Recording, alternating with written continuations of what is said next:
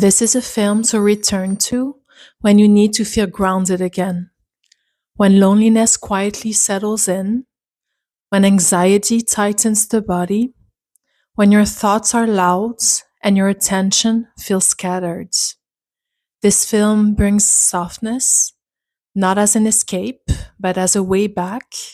It is about calm, about beauty in details, about poetry in everyday life, about simple moments that are anything but small, the sensation of warmth, the weight of stillness, the feeling of being here before the day asks anything of you. This film is about attention and how attention steadies us, about learning how to live inside your days again, slowly, gently, on purpose. You can come back to it whenever life feels like too much.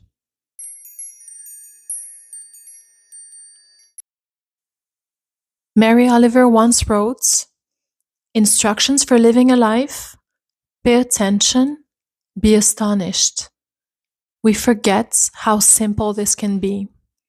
Days fill with noise, with movements, with thoughts that never quite land, and the body stays alert even when there is nothing to defend against. Calm returns through the senses.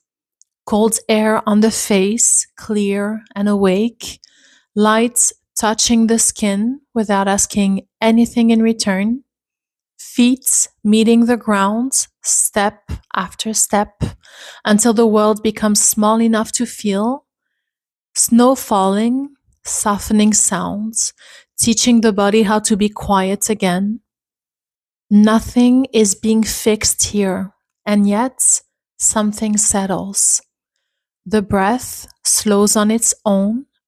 The body remembers its pace.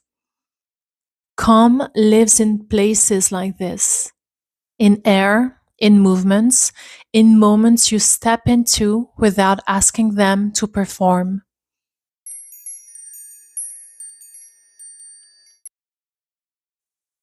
A steady life is made through return, through the things you do again and again until they become familiar enough to hold you.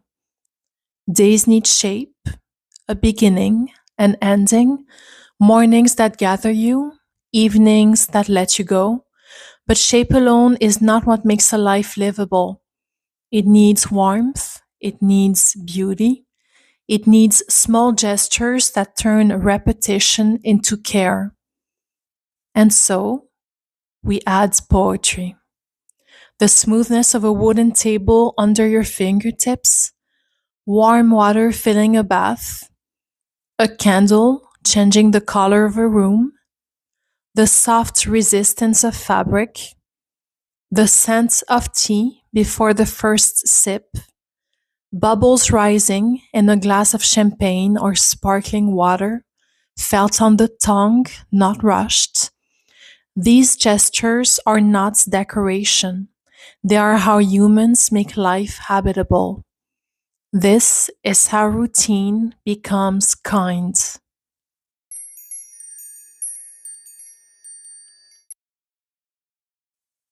One of the great poets of our time, Taylor Swift, once wrote, "You are what you love. Not what you accomplish, not what you prove, not what you survive, what you love." Love directs attention, and attention over time builds a life.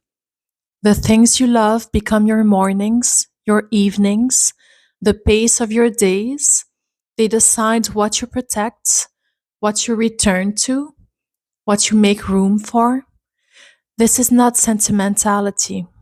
It is how lives are shaped slowly without announcements.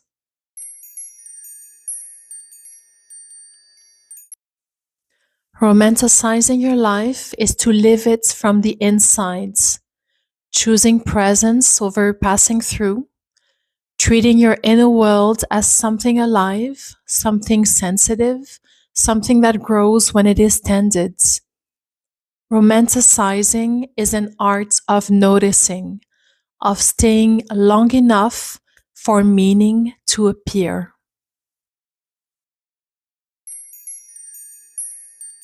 The point is not to soften your dreams.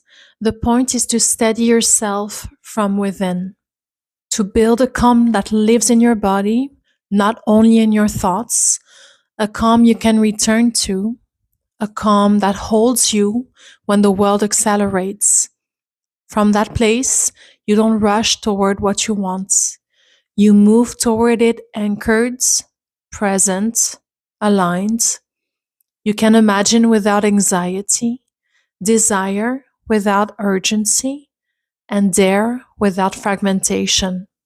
You can work, create, build, and expand without leaving yourself behind. The extraordinary does not come from force or tension. It grows out of alignment, out of an inner life lived slowly enough to remain true.